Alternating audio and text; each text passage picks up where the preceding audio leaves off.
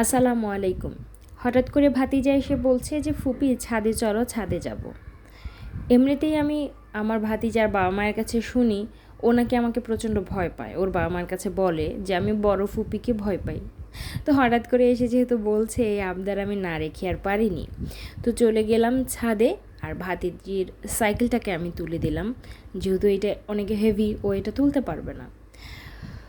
তো মাঝে মাঝে হয় কি যে সুন্দর যে মুহূর্তগুলো আছে, মধুর যে মুহূর্তগুলো, সুখের মুহূর্তগুলো, এগুলোকে নিজের ভেতরে অবজার্ভ করে রাখতে হয়, এগুলোকে অনেক দিন জিয়ে রাখতে হয়।